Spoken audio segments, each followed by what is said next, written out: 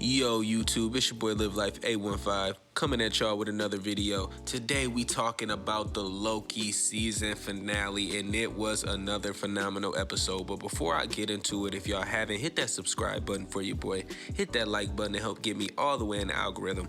Cash app somewhere in the video. Let's talk some Loki, y'all. Before I get started, this is going to contain spoilers, so if y'all did not see the episode, click off this video now because we diving all the way in. Episode starts off with Sylvie being real nervous to enter that castle. She real anxious to see just who been controlling them this whole time. And y'all remember in my last video when I said I don't expect them to walk in and Miss Minutes be like, "Hey y'all, how you doing?" That's exactly what happened. Now, she does try to bribe the two Lokis with their desires, whatever they want. She tells Loki and Sylvie that he can make it work. He can find a way to place them back in their timeline without it causing too much of a disturbance.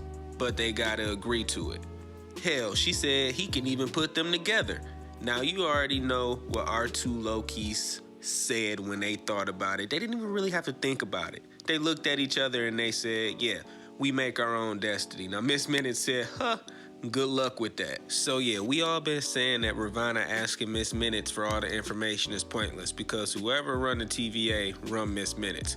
And speaking of Ravonna, we cut to her and she receives some info on her temp pad and she lets Miss Minutes know like, hey, this is not the info that I asked you for.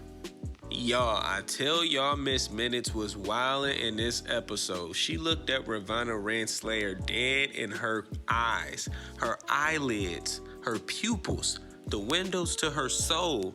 And she said, yeah, but this is the information that he thought you ought to have. She is straight wildin', y'all, and the episode did not wait too long to reveal the man behind the curtain, so to speak. And it is a variant of who we all thought was behind it, Kang the Conqueror. Now, Miss Minutes gives him the name of He Who Remains, and he says he goes by many names. He Who Remains, a Conqueror, and some other times. But let's be real, y'all. This is Immortus that we are seeing. My boy came out clean out the elevator with the purple robe eating an apple. Jonathan Majors is killing this role. I like this. I like him in his role. Dope caster. But anywho, he invites Loki and Sylvie up into his office. Now, as they're riding in the elevator, Sylvie tries to just go straight for the kill, y'all. She's not playing, and Immortus is 2 steps, if not 10 steps ahead of that. Now, he invites them to sit down and let's have a chit chat. Let's have a talk about what's really going on. And y'all, Immortus is wild. Like, this dude has no care in the world. I mean, that's how he's coming across at this very moment. And Loki is like, look, bro, I don't think you understand. We won. We found you. And this is really crazy. This is when Immortus like start digging in some of his files, right? And he pulls out these sheets of paper, and it's the dialogue that Loki and Sylvie and Immortus is having at that very moment. And the point that he's trying to prove is that he knows everything. Everything leading up to this point was ordained by him to happen. Mind blown, y'all. So this whole time, us as the audience been thinking that him and Sylvie, they're going against the grain, they're breaking all the rules, they're doing something that's not supposed to be done, and it's being allowed at the end of the day by Immortus.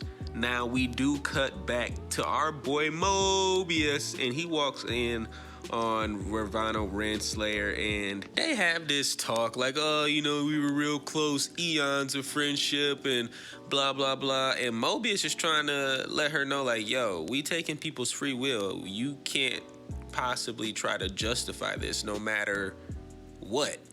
Ravonna not even trying to hear it, and she tried to call in some security, but she like, yeah, that's not gonna work, right? And she's like, why? Yo, they slick. Flashback to 2018, Fremont, Ohio. And obviously we in like a middle school, high school, whatever.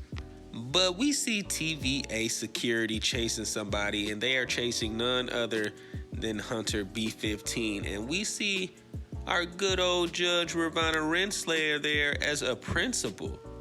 And the TVA security guard is like, how is this possible? Y'all, this is how they are turning the TVA upside down. And this is how Mobius plans on burning the TVA down, like he stated in the last episode.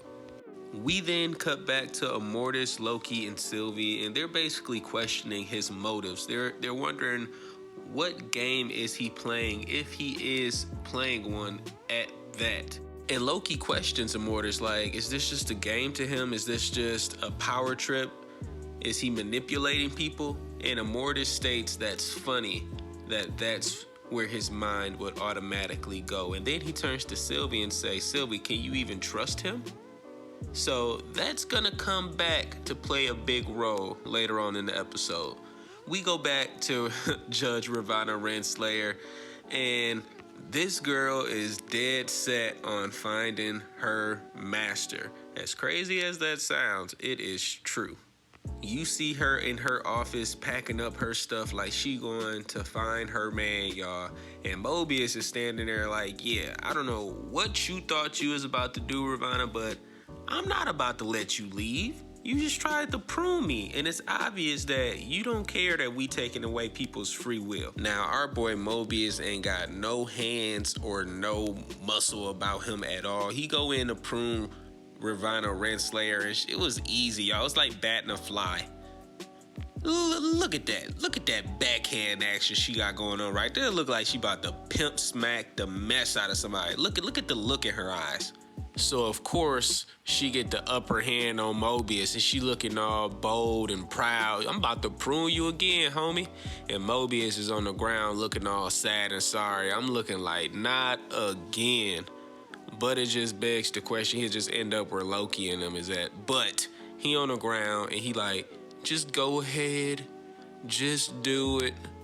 And this is where we see some sympathy on Renslayer's part, but this is probably the last bit of sympathy that we gonna ever see from her, because we know she joining her man, y'all. And she let Mobius live. And he like, where you going? Where will you go? You know, that's always that line in the show or in the movie. Where will you go? And she said, I'm going to find free will. Basically saying the only one that got free will is the one in charge.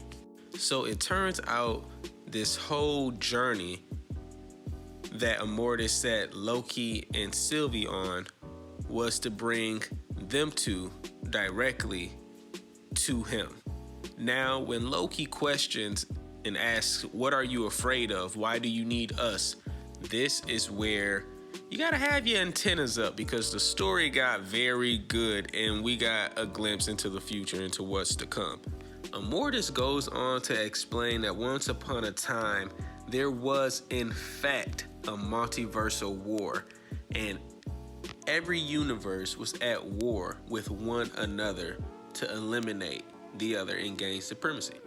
He also goes on to state, just like they have variants, he also has variants, and his other variants are not as nice as he is. Kang the Conqueror. I had to get that out, y'all. So that's his explanation for controlling everything. That's the explanation for the TVA. He also said that he was able to tame a beast, and we all know that was a Goliath, and yeah, that no longer remains.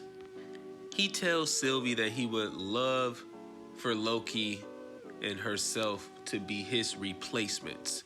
They can do whatever they want with the TVA. They can tell them the truth, that they're variants.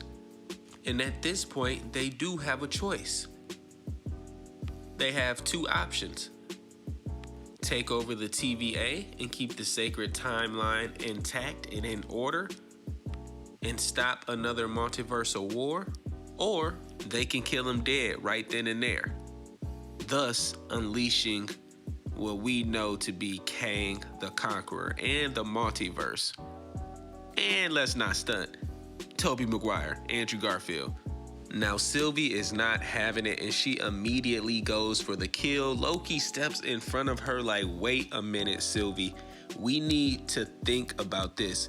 And Sylvie not having it. Sylvie got the knife up to Loki's neck. She like, what you doing, bro? You know what we came here to do. Loki tries to plead with Sylvie, but we already know how that's gonna go. They end up fighting. They end up going at it. And our Loki get the upper hand, but when Sylvie sees that he will not hurt her, this is where we knew that one of the Lokis was gone Loki. Sylvie lay a kiss on our boy Loki, and that moment happens. And that whole time I'm thinking, bro, don't take your eyes off of her. And when Immortus panned in the view, I already knew. I was like, it's over for you, bro. I know it gotta happen so we can have this MCU future we all been excited about. Right after our Loki tells Sylvie how much he changed for her, Sylvie hit him with the line, yeah, but I'm not you. She pushes him through a Tempad portal, y'all, send him back to the TVA, and proceeds to kill Immortus. And exactly at that same time she does that, we see all these branches in the universe and the multiverse is busted wide open, y'all. Craziness is about to ensue. We then cut back to Loki looking all sad and heartbroken. And I ain't gonna lie, y'all, this is the first time we've seen this look on our boy Loki. Look at him, he hurt. Now this is when Loki had the bright idea, let me go find Mobius and company. So he's running, he's looking for Mobius, and he finally spots our boy Mobius and of course Hunter B-15, and he goes on to state, yo, we made a big mistake. And right off the bat, they're like, what are you talking about? We heard Hunter B-15 say, does he want us to just let these timelines branch off? And right there, that should have been our first sign that something was off. Mobius is like, you're a caseworker, right? Or something in that manner. So what's your name? How can I help you? Who are you? He's asking Loki these questions. Obviously, things have changed at the TVA, y'all. Mobius and Hunter B-15 don't even recognize Loki. And this is where the booty wiper happens, y'all. Loki looks over, and as the camera pans up, we see none other than Kang the Conqueror. Right there, not in the flesh, but a giant statue of Kang the Conqueror. Right there in the middle of the TVA. Things have changed already. Kang did not waste no time, y'all. He coming to conquer, and it's about to get real. Now, the only thing that we got after the post-credit scene was Loki will return in season 2, as y'all see right there on y'all screens. It was a crazy episode, y'all. Comment below. Let me know what y'all think, what y'all thought about the episode, Loki in general, the whole series, the whole season 1, should I say, because it's a season 2 coming out. Were you excited to see Kang? Be that as it may, it was, I believe, Immortus, but we got a variant of Kang nonetheless. And there was some people saying they believe Sylvie was gonna mess it all up, and that she did. Things were they were as they seemed, but they definitely were not as they seemed, if that makes sense. But from this episode alone, we know that Tobey Maguire, Andrew Garfield, they're coming to Spider-Man No Way Home. This is a way that we can see different variants of all our favorite MCU characters that we've grown to love. We could get Tom Cruise Iron Man, y'all. I don't know if that's something y'all want, but that could happen. We could even get Robert Downey Jr. coming back to play a different variant of Iron Man and Tony Stark. The possibilities are endless, y'all. But if y'all haven't, subscribe to the Live Life fam for me. Hit that like button to help get me in the algorithm. Cash App somewhere in the video. Y'all comment on this video. Comment below. Let's get a conversation started. What do y'all think is to come in the MCU? Live life.